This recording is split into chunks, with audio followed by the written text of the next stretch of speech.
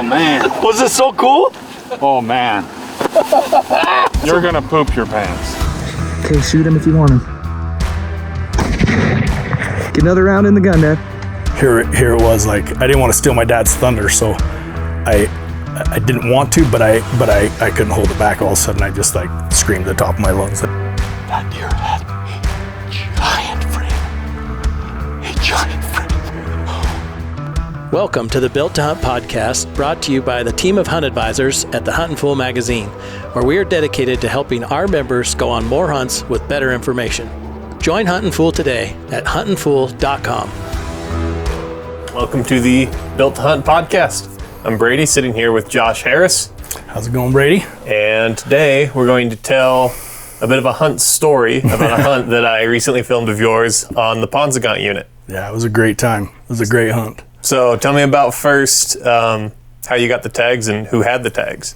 Yeah, so this has been ongoing for quite a while. My dad's been putting in 24 years it took him to draw the tag. So we've been talking about him potentially drawing a tag for, geez, I don't even know how long it's been. He gave us crap before he drew the tag because we would always say, this is the year, and then he wouldn't draw because of point creep or whatever it was. And finally we just pumped the brakes and said, let's just wait and get the tag you want, and when we know you're gonna draw it. And so that was in 2023, this last season. So we put him in, and for sure he drew. So I've got 3 other brothers, and we all said when he draws that tag, we're all, our schedules stop and we're gonna go on the hunt with him. And so that's what we did.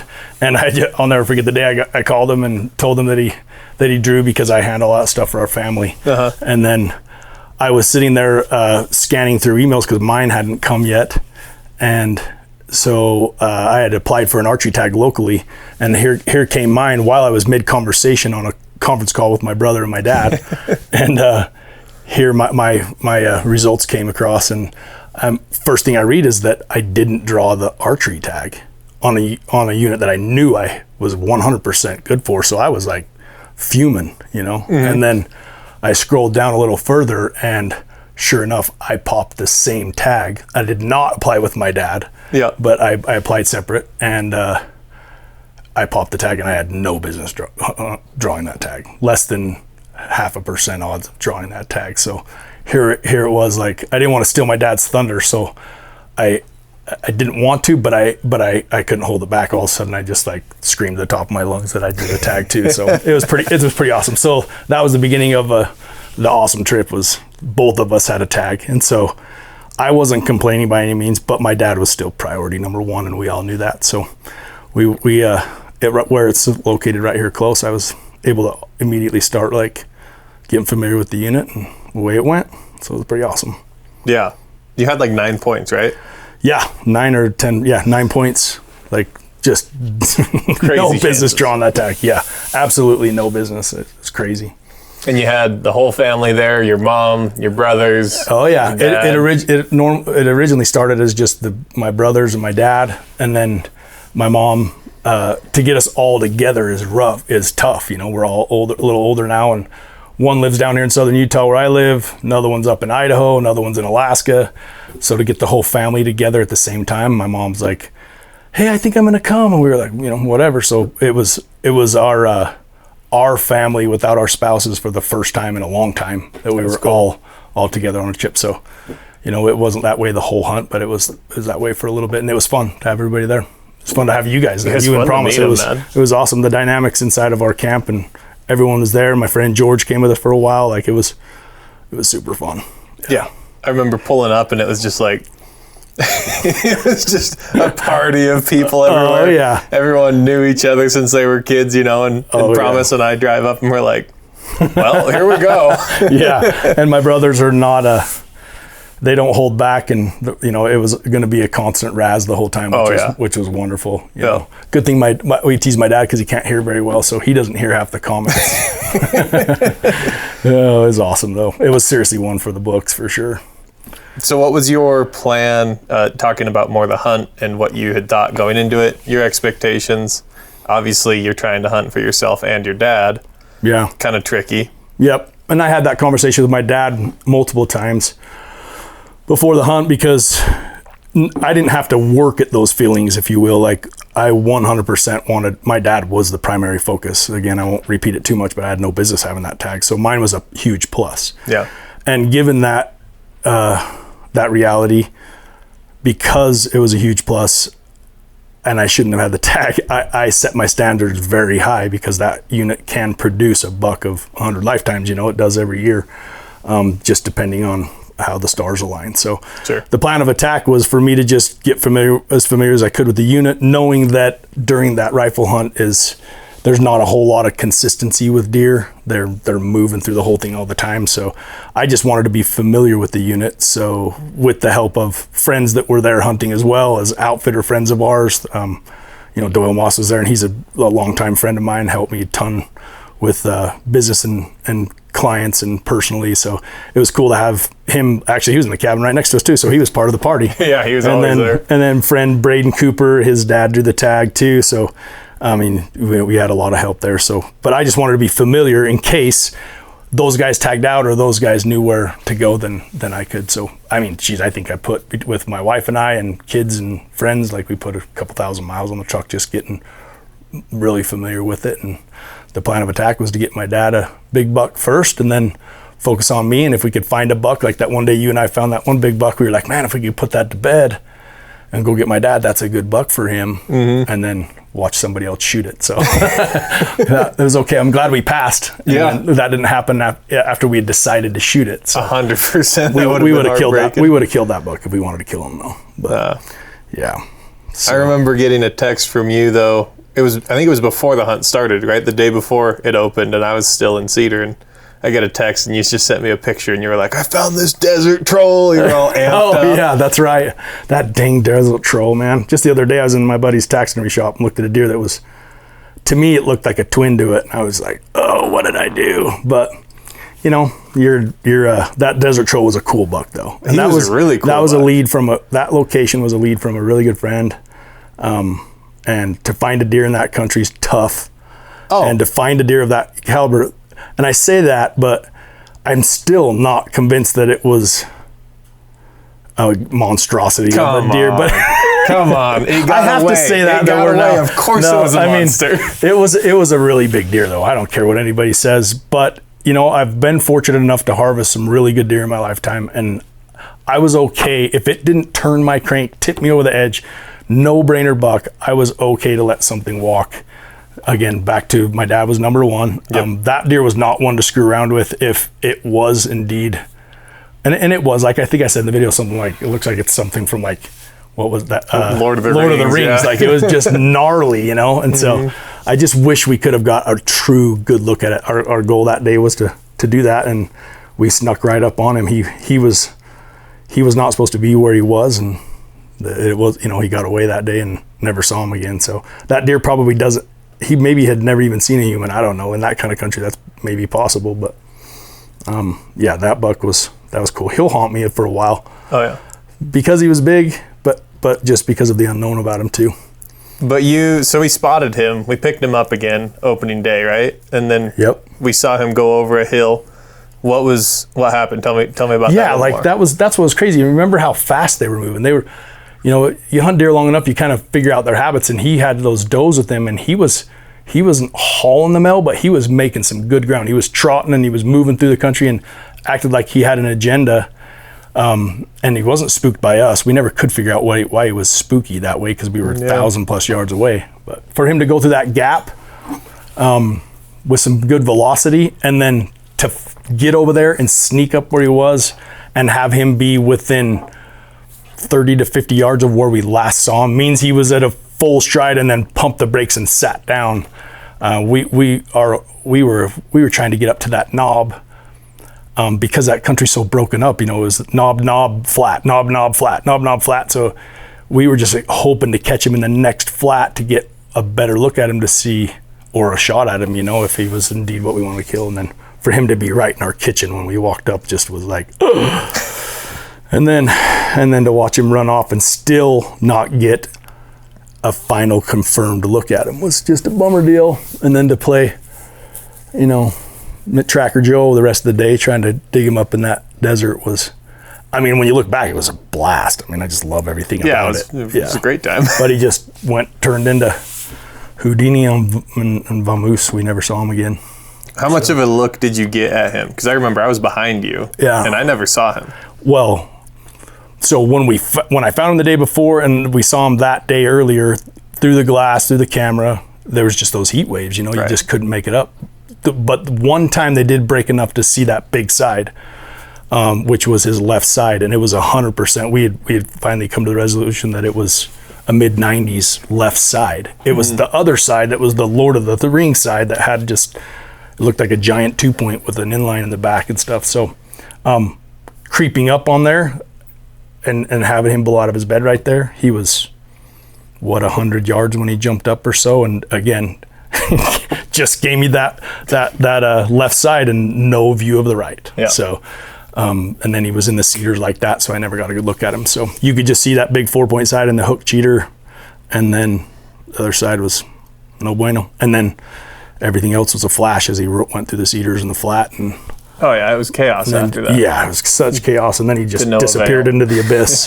Remember up the top of that lookout, looking out over all that country. That was a sight to see. I mean, that was so cool to be up there looking off into there. And I would have thought with 4 sets of glass. I know, right? Between George and I and you and Promise, we should have been able to dig him up. But who knows? I mean, he's not the deer he is and living where he is because he's a dummy. So we kind of gave up on him after a second day of trying, and then and gave up on him.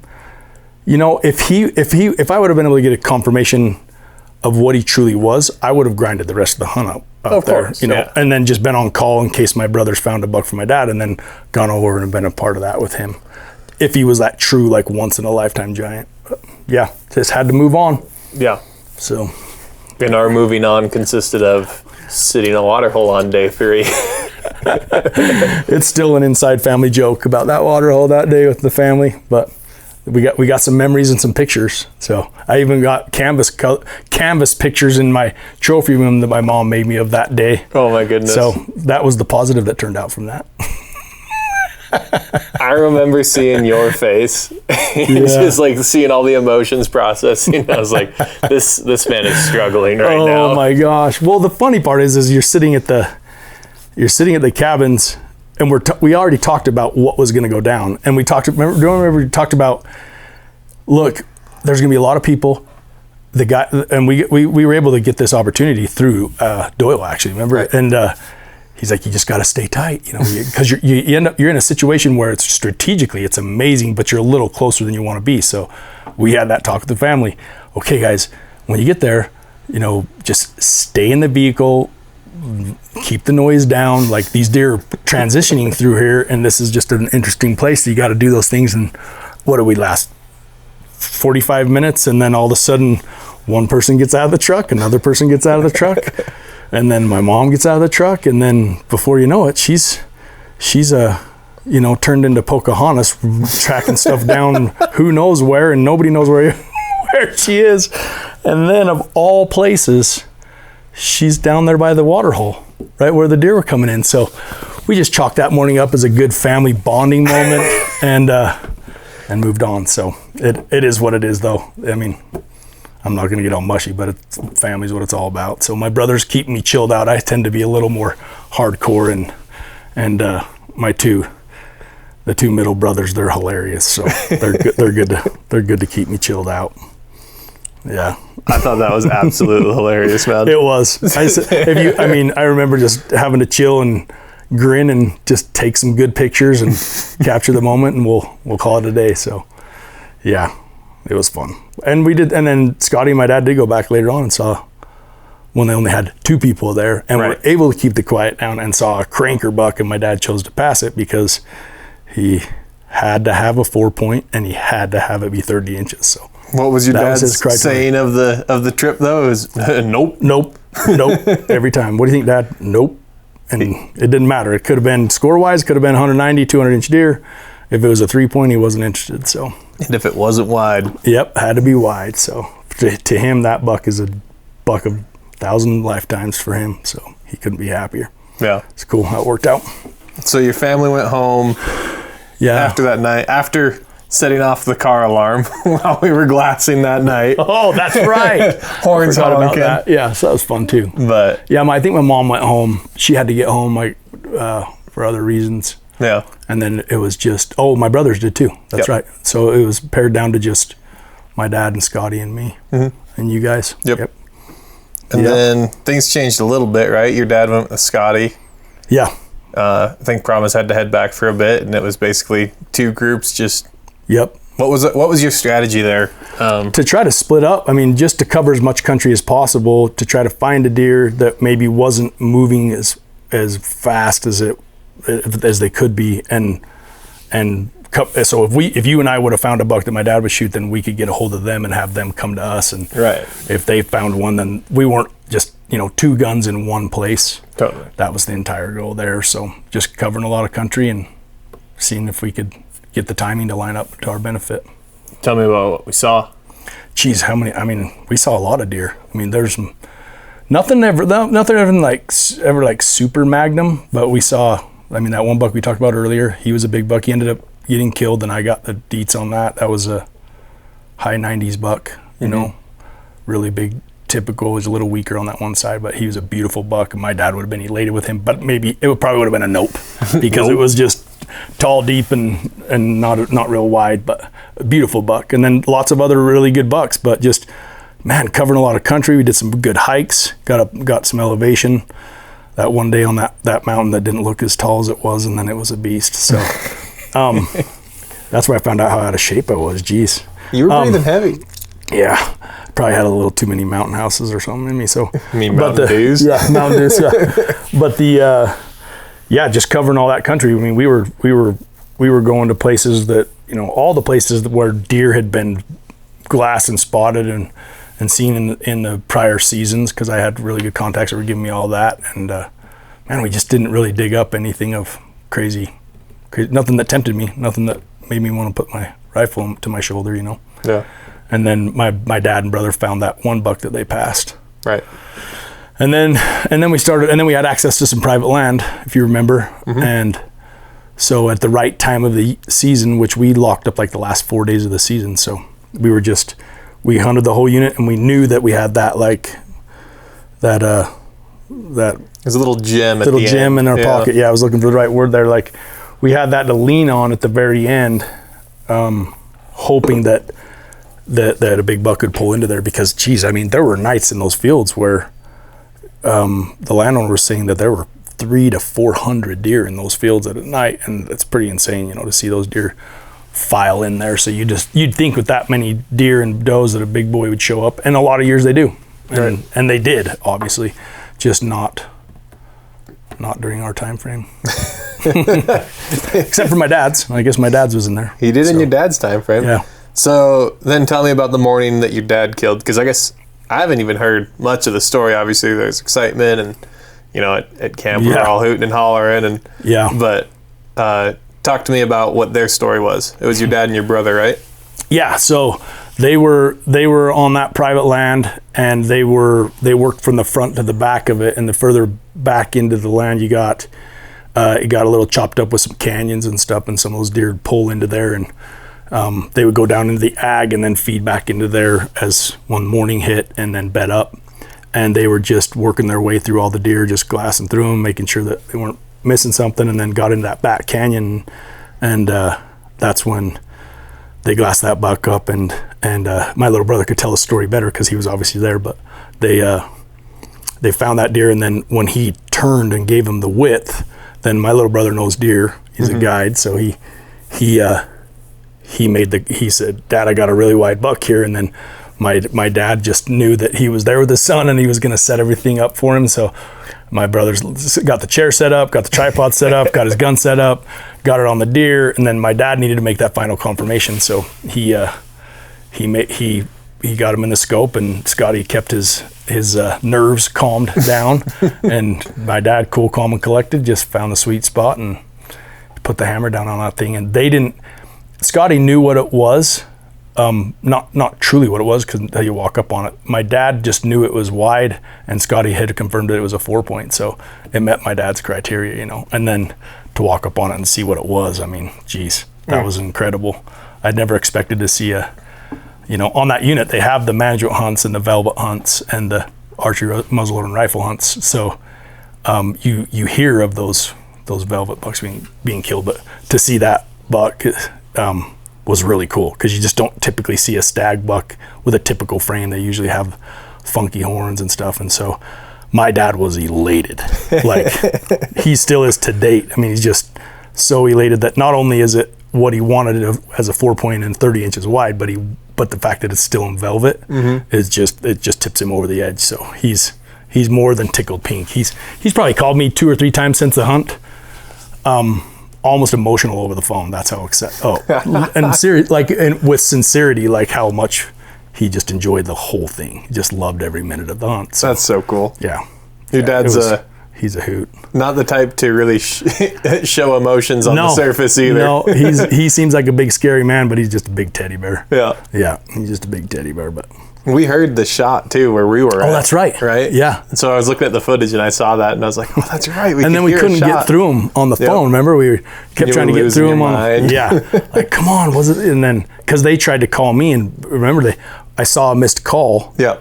But the service was just funky, and then trying to get him on the radio. But then when we finally did, then we proceeded to do mock chicken or wherever they were. Proceeded to go way too fast down the highway. It was awesome. Ran through a cattle drive. It drive. was so exciting though, because it just, because I was true. It's like hunting with your kids.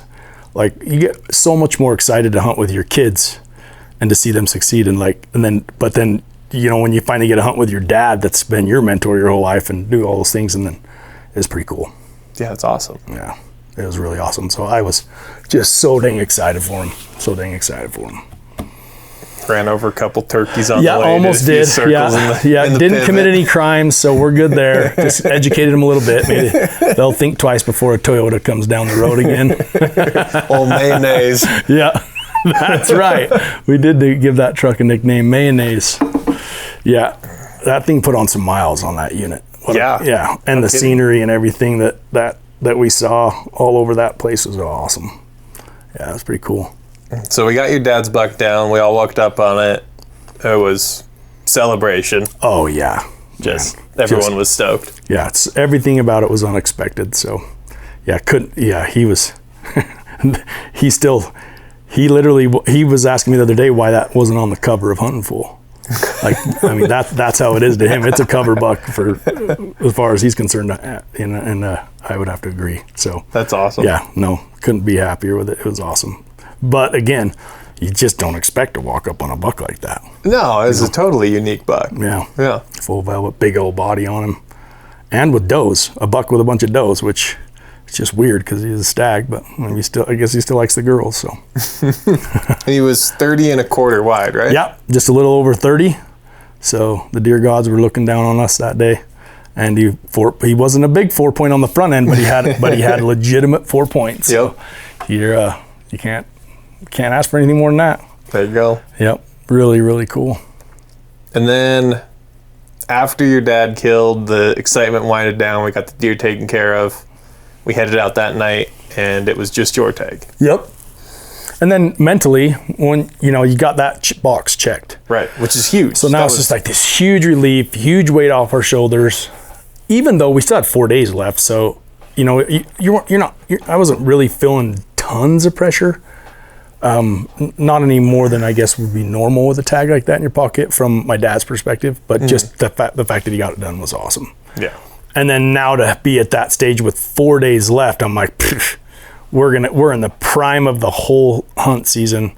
We're gonna get it down and dirty now, and just the plan was, if you recall, there was no more reason to really go anywhere else in the unit with private land access. Right. Because the deer aren't stupid and they know that. And habitually, from year to year, those deer moved into there. They probably did the first year they were alive, and then they've done it every year since. So that's why every day was ending up, 100, 200, 300, 400 plus deer in there each night. Right. And so that was exciting to know we had that much time under our belt when only one tag left.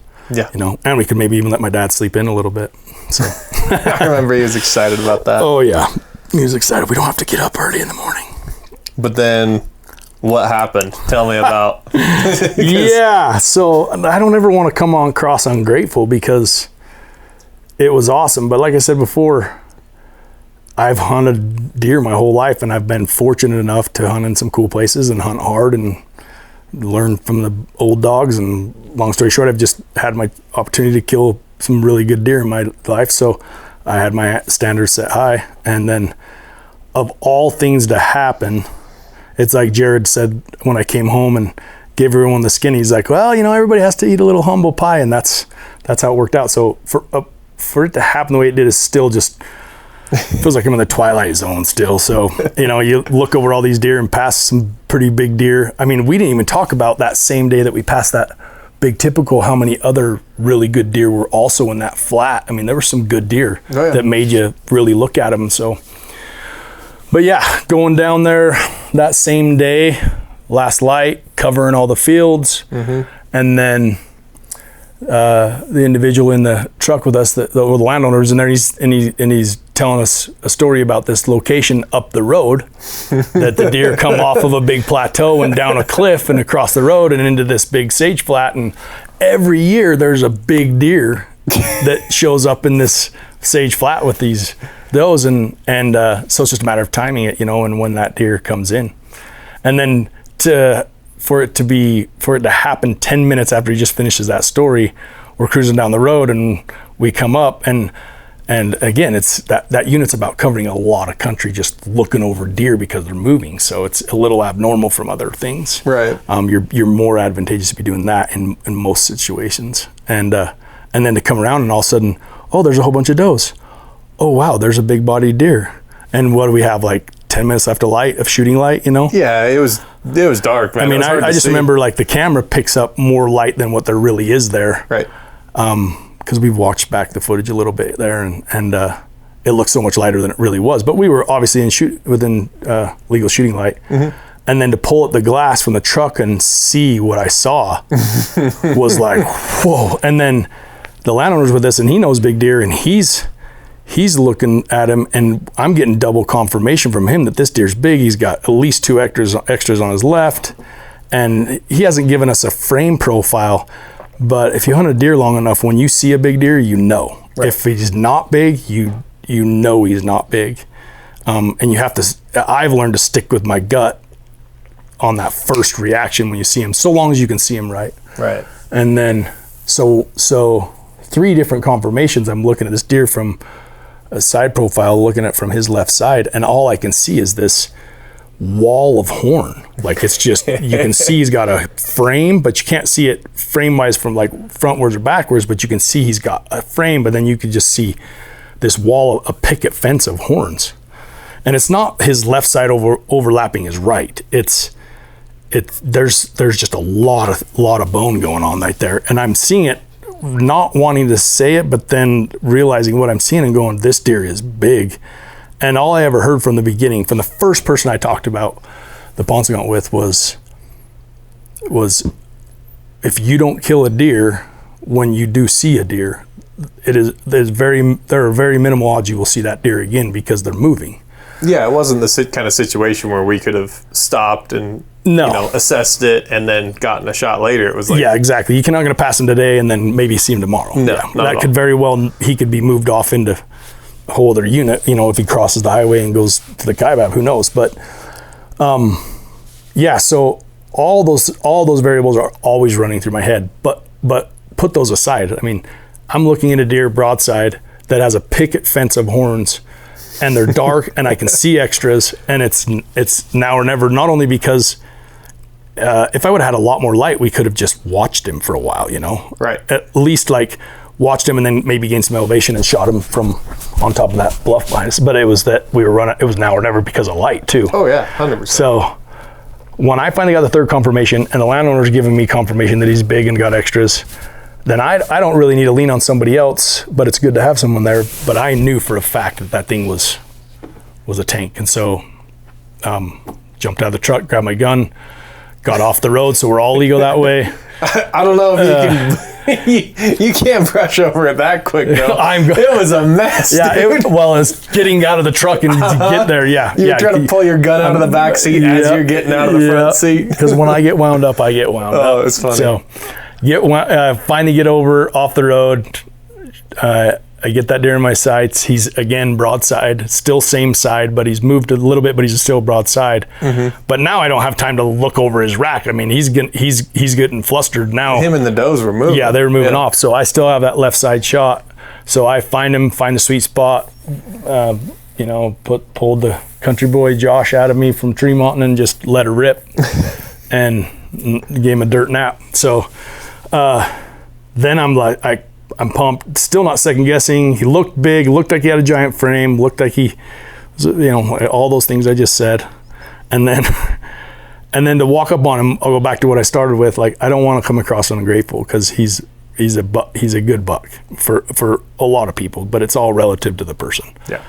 That is not what I wanted to shoot on the Paunsaugunt at all. So it was hard to be like super excited. And then the more time went on, the more I was just bummed because I could have I would have rather let that deer live because it's not a deer I want to shoot. I've been there and done that with that caliber deer, and so I'm just in a different phase with my mule deer hunting career as somebody else is either ahead of me or behind me. 100%. It's just all relative to the person. So it was disheartening to have that much build up, to have that much self-control with bucks earlier in the hunt to pass up. Yeah. And so to walk up on him, it was disappointing. And to Jared's point, I just had to eat some humble pie, and everybody has to go through it. And I have no explanation. I mean, when I meet my maker, hopefully he'll get me up to speed with what happened that day. I personally think that there were 2 bucks there. I think that it's the only thing I can come up with is that there were 2 bucks side by side, which would be a possibility with it being the rut and 2 bucks wanting to rut the does, and that their racks were overlapped, and that's why I was seeing such a massive amount of bone in the same frame. I can't, because he wasn't so far off that I would have been able to mistake that. He was close enough that there was no way, I think he was so close that it went the opposite direction. Yeah, maybe. Yeah, I don't know. I will never find out though. It'll be exactly. It'll be when I meet my maker, he'll be able to tell me how that is. Maybe he won't, Bo. Maybe he'll be like, why'd you shoot all these animals in your lifetime? I don't know. But that one, yeah. So could it have ended up different? Absolutely. What was the most important is that my dad got his giant buck. I mean, at the end of the day, I can kick rocks and pout about it, and everybody can give me crap, and I'm okay with that. So I didn't sleep that night. I remember everybody went to bed and I just packed up camp. So by the time everybody woke up, we were ready to roll.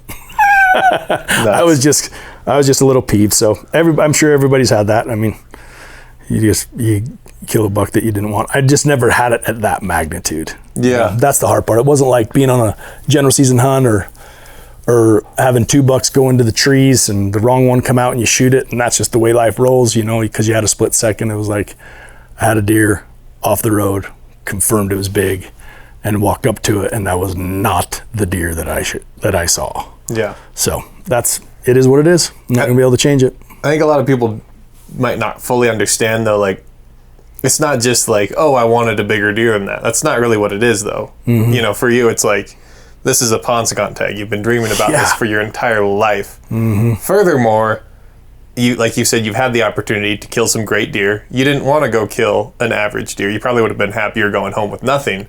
You're exactly right. Than going home with, I would have been, that's exactly right. I would not have been sick at all. I would have been bummed. Everybody would be bummed if they go home with a tag like that and not kill a deer. Yeah. But I would have been okay with that. Right. I've done that before. That's okay. I'm okay with that, especially as hard as we hunted and as much scouting as we did. And we put in the work. Yeah, like we totally did. And I mean, the whole trip was amazing that way. I would have been bummed for a minute and would have been over the next day. Yeah. Not killing, because I didn't need to kill that deer. But it is what it is, and that's how you live and you learn. So I can easily say now that within my human control, I will never let that happen again. And I will be more patient, and I'll have regret that I let something walk before I 110% verify it. But I will go back to, I am convinced that something else was there for it to appear as though it appeared, and for the landowner with glass on him to also confirm that he was a big deer. I mean, he knew he had one kicker on the left and one kicker on the right, but he's a 180-inch deer. Oh, yeah. And I don't want to take away from a 180-inch deer. Like I said, that's a big deer for. And he was a beautiful old buck. Yeah, he's a beautiful deer. He's tipped out, a little short on his 3, but he's got big kickers and donkey head on him and a beautiful cape. And for me earlier in my life, I would have been elated. Oh yeah. And there's hunters on the Paunsaugunt. Everybody thinks they're going to kill a deer on the Paunsaugunt. That's not the way it is. There's people that go home having waited just as long as my dad did it and never kill a deer. Right. And I know of that personally. I mean, my friend Brady and his dad's killed some huge deer in his lifetime, and he hunted that private that we were going to be hunting the whole rest of the hunt, and they never killed because the big deer never showed up. You know, and he's okay with that. And as that's the game you play though, right? Well. Like, yep, it is. That's it. Yep, and the Paunsaugunt manages for amazing deer, and that's what produces them every year. And you just got to put yourself in places that produce the kind of deer you're after, and that's the epitome of the place. So, yeah. But overall, no regrets. Back up. Yes, I have a regret, but the rest of the trip, there were no regrets. So, but I'm not dwelling on it, so moving on. I think it's cool when I think back on that hunt, when Promise and I talk about it. It's always about like your family, the jokes that we made. Like, totally, it was a blast. I have a whole different relationship with you two just because of that hunt. Oh yeah, like you can't relive it. You created memories that will last a lifetime. 100%. I definitely wanted to get in the field with you guys again just to create new memories because we had such a great time. Even when Promise left for a day, I mean, just that element took away from the trip. We wanted to have her back because things were just going so well, and it's just fun. You know, I love it. It was a blast. I love it. It was fun to have my brothers there. It was fun to hear them on the radios that were breaking midday to go to Big Al's when that's not my MO. You know, stay out, grind. Steam's coming out of your ears as we're pulling into the burger joint. But then you're there with your family, and that's all that matters. That's why I love my brothers, and it was just good. You know, it's all good. So those, like you said, like being with family, like that's what it all comes down to. That's why it was such a special hunt. It's so cool. And not to repeat, but like I said, my dad says it all the time. Even if we're sitting together and you have those awkward moments of silence, like the one common thing that comes up is, remember the Paunsaugunt? You know, that was so fun. I love you boys. This was such a great trip. Best hunt of my lifetime, you know. And now me and my brothers, we're getting the deer mounted for him on a pedestal, and he found that giant rock that was a dinosaur broadhead or whatever, and we're gonna have that inlaid in his pedestal, and he'll be able to stare at it and in his house for the rest of his life. So that'll be good. And you took some good pictures. So sometimes the right picture of that deer, he looks like he's 40 inches wide, and my dad still doesn't understand why it's not 35 because that's how it looks. You know, so it's good. It's good. Yep. Well, good times. Cool. Yeah, absolutely.